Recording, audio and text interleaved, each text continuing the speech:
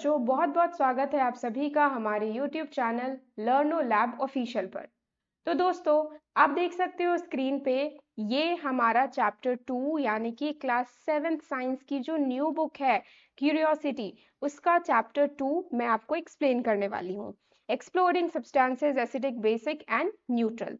ये वीडियो हमारा इस चैप्टर का पार्ट 4 होने वाला है। इससे पहले मैंने litmus, red rose extract, turmeric, इन सारे इंडिकेटर्स के बारे में डिस्कशन कर लिया है। आप चाहे जाकर उस वीडियो में देख सकते हो।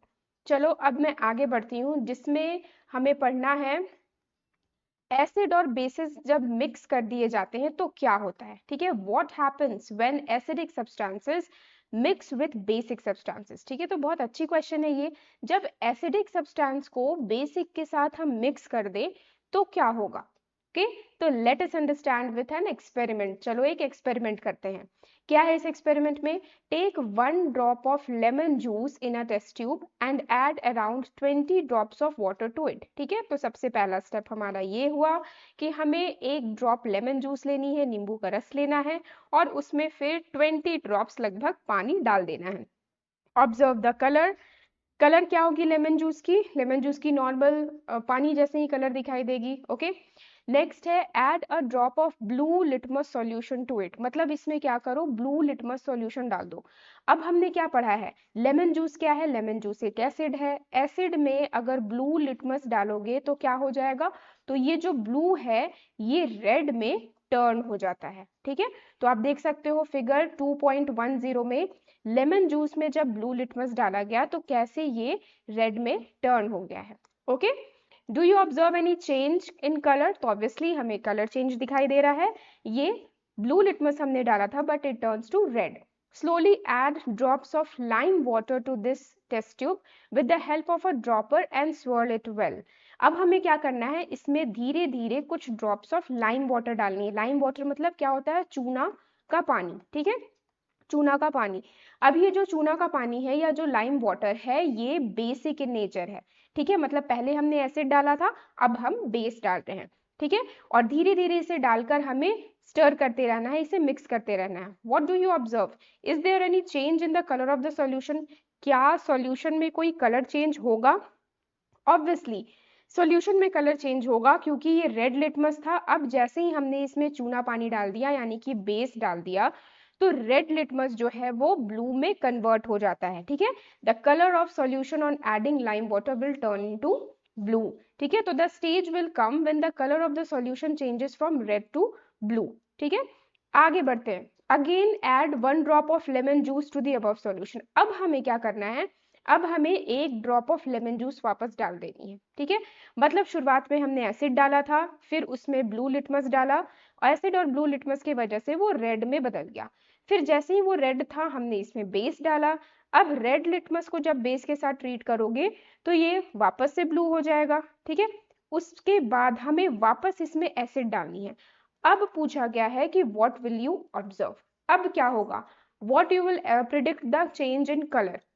ठीक है, तो यहाँ क्या बताया जा रहा है, initially when a drop of blue litmus solution is added to the lemon juice the colour of the solution turns red. ठीक है, जो अभी हमने यहाँ पे देखा यही बात लिखी गई है कि ब्लू लिटमस को अगर लेमन जूस के साथ डालोगे तो वो रेड में टर्न हो जाएगा। When lime water is added to this test tube, the color of the solution changes to blue. ठीक है, रेड से अब ये ब्लू में बदल जा रहा है। क्यों बदल जा रहा है? क्योंकि हमने लाइम वाटर डाला यानी कि हमने बेस डाला है। This shows that the solution in the test tube is no longer acid. और अगर रेड लिटमस जो है अगर वो ब्लू में चेंज हो रहा है इसका मतलब अब इस टेस्ट ट्यूब में एसिड नहीं है। ठीक है, ये इंडिकेट हो रही है इस बात से।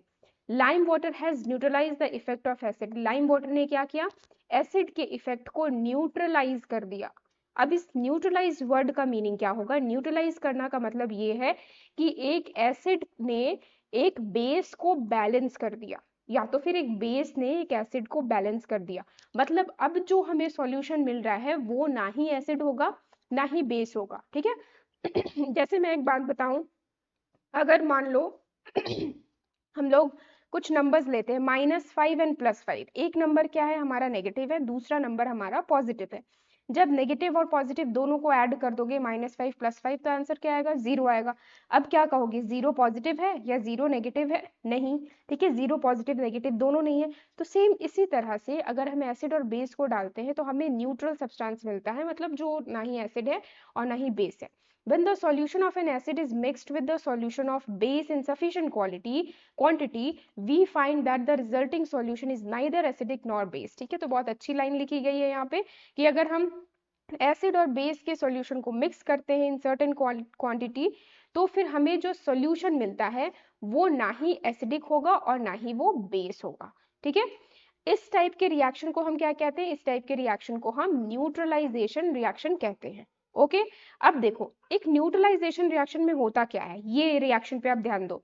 एसिड को जब हम बेस से मिलाते हैं तो हमें सॉल्ट मिलता है और वाटर मिलता है, मतलब ये जो सॉल्ट और वाटर है ये दोनों ना ही एसिडिक है और ना ही बेस है, ये दोनों क्या है? ये दोनों न्यूट्रल सब्सटेंस है। ठीक है, तो क्या बताया गया है? In neutralisation reaction salt and water are formed which with the evolution that is release of heat, थोड़ी हीट भी रिलीज होती है। ठीक है, there are many examples in everyday life where you can observe the use of neutralisation process. Okay, वापस एक बार मैं repeat कर दूं, न्यूट्रलाइजेशन प्रोसेस क्या है? न्यूट्रलाइजेशन का मतलब ये हुआ एक ऐसी रिएक्शन, ठीक है, इसकी डेफिनेशन यहाँ दी गई है, जब एसिड की सॉल्यूशन जो है वो बेस की सॉल्यूशन के साथ मिक्स हो जाए तो जो हमें मिलेगा वो ना ही एसिड होगा ना ही बेस होगा। इस टाइप के रिएक्शन को हम न्यूट्रलाइजेशन रिएक्शन कहते हैं। ओके, होप आपको ये समझ में आ रहा होगा। अगर आपको कोई भी डाउट हो रही है तो आप हमें कमेंट सेक्शन में कमेंट कर पूछ सकते हो। चलो आगे बढ़ती हूँ अब मैं। यहाँ पे क्या लिखा हुआ था? We are having many neutralisation processes in our daily life. ठीक है, तो यहाँ पे चलो कुछ डेली लाइफ में न्यूट्रलाइजेशन रिएक्शंस क्या क्या है, एग्जाम्पल्स क्या है, वो हम डिस्कशन करते हैं। तो फर्स्ट सिचुएशन दी गई, अब यहाँ पे कुछ स्टोरीज हैं। ठीक है, तो चलो मजा आएगा इन स्टोरीज को पढ़ने में। सबसे पहला सिचुएशन 1 यानी कि story number 1। Kirti was observing a butterfly in the garden with her hand resting on the tree trunk. ठीक है, तो देख सकते हो आप पिक्चर में कीर्ति क्या कर रही है? एक बटरफ्लाई को देख रही है और अपने हाथों को पेड़ों के ऊपर रख रही है। ठीक है, एक पेड़ के ऊपर उसने अपने हाथ को रखा है। सडनली अ रेड एंट बाइट हर, अब एक लाल चींटी आ जाती है और उसके हाथ को बाइट कर लेती है। ठीक है, leaving her skin red with stinging pain. अब क्या होता है, उसके हाथों में जैसे ही वो चींटी काट देती है तो जिसकी वजह से उसके हैंड में पेन होने लगती है और थोड़ी इचिंग होने लगती है। ठीक है, रेडनेस हो जाती है। आप लोगों को भी चींटी ने तो जरूर काटा होगा। ठीक है, her brother helped her by applying moist baking soda to the affected area. अब उसके भाई ने क्या किया? उसके भाई ने मॉइस्ट बेकिंग सोडा लाकर उसके हाथों में इफेक्टेड एरिया में रब कर दिया। ओके, नेक्स्ट है What do you think might be the reason for this? ठीक है, अब इसका रीजन क्या है? उसके भाई ने बेकिंग सोडा को ही क्यों चूज किया? कुछ और पानी से क्यों नहीं वॉश कर दिया या लेमन जूस क्यों नहीं ऐड कर दिया? ओके, तो what can be the reason? Reason आपको यहाँ पे मिलेगा। When an ant bites, it injects an acidic liquid, formic acid into the skin। काफी इंपॉर्टेंट यहाँ पे ये लाइन है, आप मार्क कर लो, आप इसे लिख लो, अपने नोट डाउन पे नोट कर लो। देखो क्या है यहाँ पे, क्या बताई जा रही है कि जब एंट बाइट होती है तो एंट बाइट में जो स्टिंग उसकी निकलती है that is an acidic liquid. ठीक है, एसिडिक लिक्विड होती है और उस एसिड का नाम क्या है? फॉर्मिक एसिड नाम है। ठीक है, the effect of the acid can be neutralised by applying rubbing moist baking soda which is a base. अब इसके हाथों में क्या था? एसिड था। अब अभी हमने क्या पढ़ा? एसिड को कौन न्यूट्रलाइज करता है? बेस न्यूट्रलाइज करता है। तो अगर बेकिंग सोडा हम उसमें रब कर दे यानी कि एक बेस को रब कर दे तो उसकी इफेक्ट जो है वो कम हो जाएगी या खत्म हो जाएगी। ओके, तो होप आपको ये समझ में आ रहा होगा। What remedies do people use to treat ant bites in your region? अब चलो आपको ये कमेंट कर बताना है कि कभी आपको अगर चींटी काट दी हो तो आप करते क्या हो। ओके, मतलब कैसे, कौन सी रेमेडी यूज करते हो। नेक्स्ट है सिचुएशन 2 यानी कि story number 2। On the farmers portal, an online platform from the Department of Agriculture, Cooperation and Farmers Welfare, a query from a farmer states, my plants are not growing well lately. After a detailed discussion, it was found that the excessive use of chemical fertilizers made the soil acidic। ठीक है, अब देखो story में क्या है, मैं detail में एक बार बताती हूँ। ये जो फार्मर्स पोर्टल है, ठीक है, फार्मर्स पोर्टल क्या होता है, जैसे ये जो डिपार्टमेंट है, एग्रीकल्चर डिपार्टमेंट है, उसके उनके तरफ से एक ऑनलाइन पोर्टल होती है जिसमें फार्मर्स या एग्रीकल्चर प्रैक्टिसेस जो होते हैं वो अपने क्वेश्चंस को उसमें डाल सकते हैं, ठीक है, अपने क्वेरीज को पूछ सकते हैं। तो एक दिन फार्मर्स पोर्टल में एक क्वेश्चन आया, ठीक है, व्हाट वाज द क्वेश्चन। एक फार्मर ने पूछा, my plants are not growing well lately, मतलब मेरे प्लांट्स जो है वो प्रॉपरली ग्रो नहीं हो रहे, उनकी ग्रोथ नहीं हो पा रही है, ठीक है। तो आफ्टर द डिस्कशन, कुछ टाइम के बाद, बातचीत करने के बाद पता चला कि इस यहाँ पे एक्सीसिव यूज ऑफ केमिकल फर्टिलाइजर्स हो रहा है, ठीक है। एक्सीसिव मतलब बहुत ज्यादा, बहुत अधिक केमिकल फर्टिलाइजर्स को ये फार्मर ने अपने लैंड पे यूज किया है। अब केमिकल फर्टिलाइजर्स क्या होते हैं, तो केमिकल फर्टिलाइजर्स ऐसे सब्सटेंस होते हैं जिन्हें सॉइल में ऐड किया जाता है ताकि प्लांट और अच्छे से ग्रो कर सके, ठीक है। जैसे हम एक्स्ट्रा सप्लीमेंट्स लेते हैं ना फूड के साथ ताकि हमारी बॉडी हेल्दी हो, तो सेम प्लांट्स के लिए भी हम ऊपर से अलग से फर्टिलाइजर्स ऐड करते हैं। अब इन केमिकल फर्टिलाइजर्स को ऐड करने पर क्या हुआ, सॉइल एसिडिक हो गई। Okay, what remedy might be provided to him. अब सॉइल अगर एसिडिक है, क्या कभी ये बात आपने सुना है कि सॉइल भी एसिडिक होती है, ठीक है। सॉइल अगर एसिडिक हो जाए तो फिर हमें क्या करना होगा, सोचकर बताओ। अगर एसिड है उसे खत्म करना है, उसे कौन खत्म कर सकता है, उसे बेस खत्म कर सकता है। मतलब एसिड और बेस एक दूसरे के दोस्त भी हैं और एक दूसरे के दुश्मन भी हैं, ठीक है। एसिड के इफेक्ट को बेस खत्म कर सकता है, बेस के इफेक्ट को एसिड खत्म कर सकता है। Okay, so when the soil is too acidic the plants do not grow well, ठीक है। अगर सॉइल काफी ज्यादा एसिडिक हो तो प्लांट्स ठीक से ग्रो नहीं करते हैं। It can be treated with lime which is a base, ठीक है। लाइम यानी कि जो चूना होता है वाइट कलर की, ये जो देखो आप देख सकते हो इसके कंटेनर में, इस चूने को अगर हम छिड़क दें सॉइल के ऊपर तो फिर ये अपना एक्शन शो करेगा, यानी कि बेस एसिड के साथ रिएक्ट करके कौन सी रिएक्शन करेगा, न्यूट्रलाइजेशन रिएक्शन करेगा, जिसकी वजह से एसिडिक इफेक्ट जो है वो काफी कम हो जाएगी। Okay, if the soil is basic, अब चलो अगर उल्टा हो जाए, सॉइल मान लो बेसिक है, ठीक है, तो organic matter like manure and composted leaves are added to it, ठीक है। फिर हम मेन्योर यानी कि खाद का इस्तेमाल करते हैं, या कंपोस्टेड लीव्स जो सड़े हुए लीव्स हैं, ठीक है, जिनका कंपोस्ट रेडी किया गया है वो भी खाद में बदल गए हो, तो उन्हें ऐड किया जाता है कब, जब सॉइल बेसिक हो, ठीक है। Organic matter releases acids that neutralizes the basic nature of the soil। अब ये जो ऑर्गेनिक मैटर है वो क्या करेगा, एसिड रिलीज करेगा, जिसके वजह से सॉइल जो है वो न्यूट्रल हो जाएगा, ठीक है। समटाइम्स द सॉइल में भी न्यूट्रल, और कभी कभी ऐसा होता है कि सॉइल न्यूट्रल हो, ठीक है। देखो इतने सारे केसेस दिख रहे हैं, सॉइल एसिडिक हो सकता है, सॉइल बेसिक हो सकता है, या सॉइल न्यूट्रल भी हो सकता है, ठीक है। तो अब क्या करना है, but the plants growing in it may still show poor growth which can be due to the deficiency of nutrients in the soil.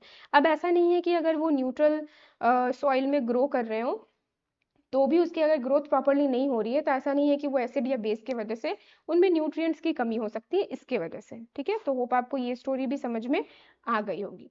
चलो अब हम बढ़ते हैं सिचुएशन 3 के तरफ, यानी कि स्टोरी नंबर 3।